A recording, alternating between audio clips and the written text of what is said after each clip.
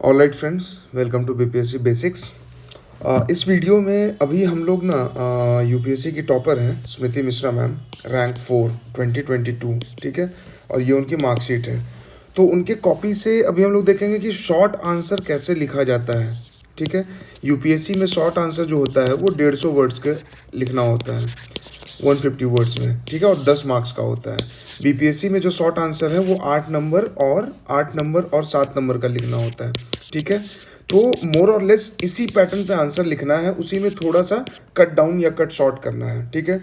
इनकी कॉपी क्यों देख रहे हैं? इनकी कॉपी इसलिए देख रहे हैं कि जीएस में अगर आप इनका मार्क्स देखिए तो जीएस पेपर 1 में 113, GS paper 2 130, GS paper 3 97, GS paper 4 116, ठीक है।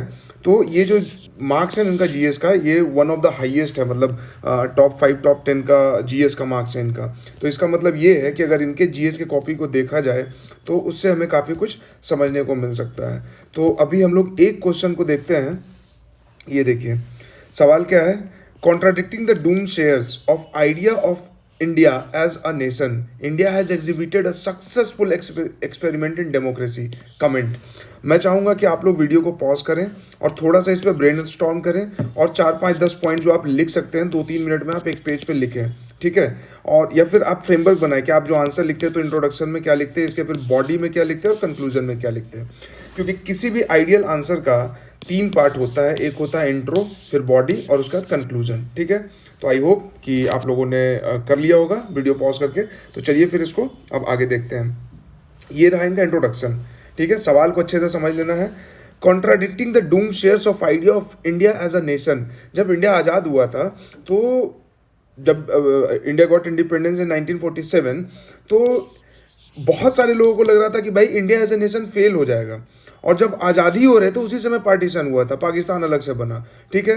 India was land of contradiction, caste के नाम पे कॉन्ट्राडिक्शन, रिलीजन के नाम पे कॉन्ट्राडिक्शन, डेवलपमेंट के नाम पे कॉन्ट्राडिक्शन, रिच पुअर का डिवाइड था, ठीक है, माल न्यूट्रिशन, गरीबी, सब कुछ है। तो many of the political theorist have said that कि इंडिया जो है वो India as a nation fail कर जाएगा, ये कॉन्सेप्ट पास नहीं करने वाला है। बट हम लोग अभी एग्जिस्ट करते हैं। आज़ादी का 75 साल हो गया है, 1947 में आज़ाद हुए थे। और मतलब दुनिया में इंडिया का डंका बज रहा है, चाहे वो जीडीपी को लेके हो, चाहे हमारा ह्यूमन कैपिटल हो, हमारा टैलेंट हो, सब कुछ हो। तो इस आइडिया को इंडिया ने झुठला दिया है, ठीक है। तो कैसे झुठलाया है, इस पर यह आंसर लिखना है। अब देखिए आंसर का, जैसे मैंने आपको बोला कि अगर ऊपर से देखें तो सबसे इंपॉर्टेंट क्या होता है कि इसको पहले डिवाइड करना। फ्रेमवर्क क्या है? फ्रेमवर्क है कि एक इंट्रोडक्शन होना चाहिए, तो ये रहा इनका इंट्रोडक्शन, ठीक है। उसके बाद जो क्वेश्चन का डिमांड है उस डिमांड को बॉडी में फुलफिल किया जाता है, ठीक है। तो कुछ यहाँ पे लिखा गया और उसके बाद बाकी यहाँ पे लिखा गया, ठीक है। ये हुआ बॉडी। और इसके बाद आ गया ये इनका कंक्लूजन वाला पार्ट। तो ये कंक्लूजन, ये बॉडी वाला पार्ट हुआ, ठीक है, और ये इंट्रो वाला पार्ट है। मतलब आंसर आपको देख के ही लग रहा है कि भाई कितना खूबसूरती के साथ लिखा गया। अभी तो कंटेंट हमने देखा नहीं, बट इनका जो स्ट्रक्चर है वो कितना बेहतरीन है, ठीक है। और बाकी ये इसमें जो हाईलाइट वगैरह किया है वो मैंने कर दिया, तो ये मत समझिएगा कि एग्जाम में ऐसे आपको हाईलाइट करना है, बिल्कुल नहीं करना है, ठीक है। इंट्रोडक्शन क्या लिखा है इन्होंने? When India gain independence, a large population of its citizens were poor, illiterate, malnourished and had never formally been a part of decision making process। खूबसूरत इंट्रोडक्शन, ठीक है। मतलब जो बोला गया उस चीज़ को बता दिया गया यहाँ पे कि हाँ भाई, इंडिया जब आज़ाद हुआ था तो हम गरीब थे, लिटरेट थे, माल नरिश थे, और जो पीपल हैं वो फॉर्मली कभी भी डिसीजन मेकिंग प्रोसेस का पार्ट नहीं रहे। तो डेमोक्रेसी जब आएगी तो डिसीजन मेकिंग करना होगा। तो क्या हम डेमोक्रेसी को अपहोल्ड कर पाएंगे, ये गरीब लोग, ये अनपढ़ लोग, ये माल नरिश लोग, ठीक है। तो इंट्रोडक्शन जो है एकदम रेलिवेंट है, क्वेश्चन से अलाइंड है। इसके बाद देखिए अब क्या है कि क्योंकि 10 नंबर का क्वेश्चन है, 150 वर्ड में लिखना है, तो 150 के जगह आप मान के चलिए 130 भी लिख सकते हैं और 170 भी लिख सकते हैं, प्लस माइनस 20 वर्ड्स कर सकते हैं।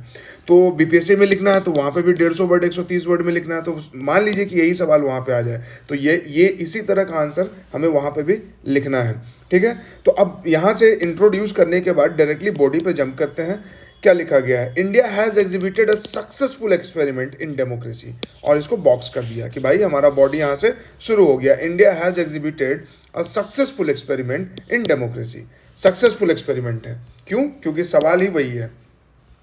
Indian constitution granted universal adult franchise, जो कि वेस्टर्न नेशन को भी नहीं मिला था, ठीक है। सभी इंडियन को, कोई डिस्क्रिमिनेशन नहीं, सबको एडल्ट फ्रेंचाइज दिया गया आर्टिकल 326 के तहत, ठीक है। तो देखिए यहाँ पे आर्टिकल का भी यूज किया गया, ये कीवर्ड है भाई, यूनिवर्सल एडल्ट फ्रेंचाइज तो है ही, ये तो कीवर्ड लिखना ही है। यहाँ पे एक लाइन और लिख सकते थे कि which was not given in even in western developed democracies at that time, ठीक है। वेस्टर्न डेवलप्ड डेमोक्रेसीज में विमेन को इवन की वोटिंग राइट्स नहीं मिला हुआ था। इंडिया तो आज़ाद होते के साथ साथ ही यूनिवर्सल एडल्ट फ्रेंचाइज जो है सबको प्रोवाइड करा दिया, ठीक है। तो ये सक्सेसफुल एक्सपेरिमेंट करने का जो पहला स्टेप था कि यूनिवर्सल एडल्ट फ्रेंचाइज दे दिया गया। दूसरा पॉइंट क्या है, India successfully implemented procedural democracy, सिर्फ पेपर डेमोक्रेसी नहीं है, प्रोसीजरल डेमोक्रेसी, भाई कि हम डेमोक्रेसी में बिलीव करते हैं, डेमोक्रेसी सिर्फ कागज में नहीं लिखा हुआ है, ठीक है। रेगुलर इलेक्शन होता है, अमेंडमेंट ऑफ कॉन्स्टिट्यूशन है, टाइम और सिचुएशन जैसे बदल रहा है तो constitution is a living document. अगर आपने पॉलिटी वाला वीडियो लेक्चर देखा होगा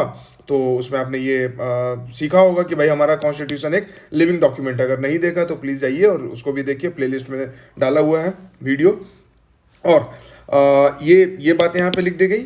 इसके बाद fundamental rights guaranteed to citizens enable even the weakest poorest person, ठीक है। तो फंडामेंटल राइट के बारे में लिख दिया गया और देखिए एकदम शॉर्ट में पॉइंट्स लिखा गया, एरो देखिए उसको सब्सटेंशिएट कर दिया गया है, ठीक है।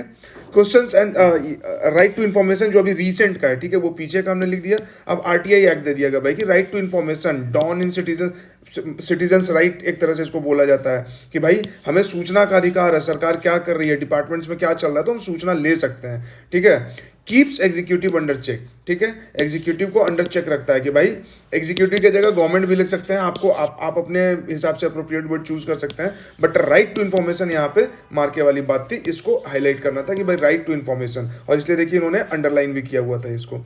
स्लीव ऑफ सोशल मेजर्स भी लिया गया है।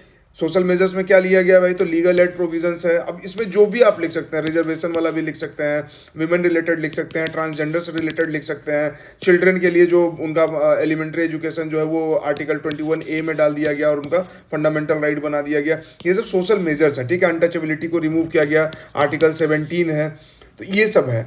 वुमेन सेंट्रिक लॉज देखिए विमेन के लिए अलग से लिख दिया गया और उसका एग्जांपल्स यहाँ पे दिया गया कि डोमेस्टिक वायलेंस एक्ट और property rights act, Hindu succession act, ठीक है। तो यहाँ पे 3 के जगह आप 2 एग्जाम्पल भी दे सकते थे, तो थोड़ा कट शॉर्ट करेंगे तो आंसर जो है वो बेहतरीन हो जाएगा बीपीएससी के हिसाब से, मतलब 7 या 8 नंबर के हिसाब से। और उसके बाद यहाँ पे किया गया कंक्लूजन, ठीक है। India has constantly been striving to ensure justice to the weakest and poorest, ठीक है, यानी कि अंत्योदय, देखिए कीवर्ड का यूज हुआ यहाँ पे और उसको मार्क भी किया गया। अंत्योदय गांधी जी का कॉन्सेप्ट था भाई कि जो पंक्ति में जो सबसे लास्ट में खड़ा है उसका भी डेवलपमेंट होना चाहिए, मटेरियल और स्पिरिचुअल दोनों डेवलपमेंट। तो अंत्योदय यहाँ पे कीवर्ड यूज किया गया। There may be minor concerns, लेकिन अब डेमोक्रेसी है तो फ्री ऑफ कंसर्न तो है नहीं, कम्युनल वायलेंस होता है, कास्ट वायलेंस होता है, इनइक्वालिटी है, पॉवर्टी है, सब कुछ है, तो कंसर्न्स है। But democracy in India is here to stay. लेकिन ये कंसर्न्स जो है ना अब इंडिया को पीछे नहीं ले जाएगी, हम इसको सॉल्व कर लेंगे अपने पॉलिटिकल विजडम से, अपने सिविल विजडम से, अपने कॉन्स्टिट्यूशन के सहारे, अपने टेक्नोलॉजी के सहारे, अपने ह्यूमन कैपिटल के सहारे, ठीक है। और इसीलिए लिखा गया है कि the solution to democratic problems is more democracy. अब ये देखिए एक तरह से फ्रेज आ गया कि the solution to democratic problem क्या है, मोर डेमोक्रेसी। डेमोक्रेटिक प्रॉब्लम है, मोर डेमोक्रेसी लेके आई है। ऐसा नहीं कि डेमोक्रेटिक प्रॉब्लम्स है तो बोलेंगे नहीं भाई ऑटोक्रेसी की तरफ चलते हैं, एक सुप्रीम लीडर खड़ा कर देते हैं, वही सब सॉल्व कर देगा, ठीक है। तो एक खूबसूरत कंक्लूजन भी है यहाँ पे।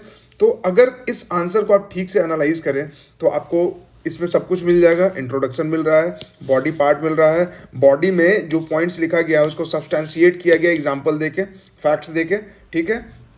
रिसेंट का एग्जांपल दिया गया, राइट टू इन्फॉर्मेशन भी दिया गया है, विमेन सेंट्रिक लॉ है, फिर अगेन यहाँ पे सब्सटेंशिएशन एग्जांपल है, और उसके बाद फिर इसको कंक्लूड कर दिया गया है। फ्यूचरिस्टिक कंक्लूजन है ना, होपफुल कंक्लूजन है, ऑप्टिमिस्टिक कंक्लूजन है कि भाई सब कुछ अच्छा होगा।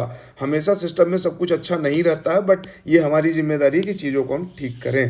तो आई होप कि आपको इस डिस्कशन से शॉर्ट आंसर यानी कि 150 वर्ड में, 130 वर्ड में शॉर्ट नोट्स जो लिखने के लिए बीपीएससी में आ रहा है तो वो कैसे लिखना है एक रफ आइडिया लगा होगा। अगर आपको इस तरह का और वीडियो चाहिए then please comment in the comment box, और चैनल को तो सब्सक्राइब करना ही है और दोस्तों के साथ शेयर करना है। जिस भी ग्रुप में आप हैं उस ग्रुप में इसको शेयर करें। Thank you very much.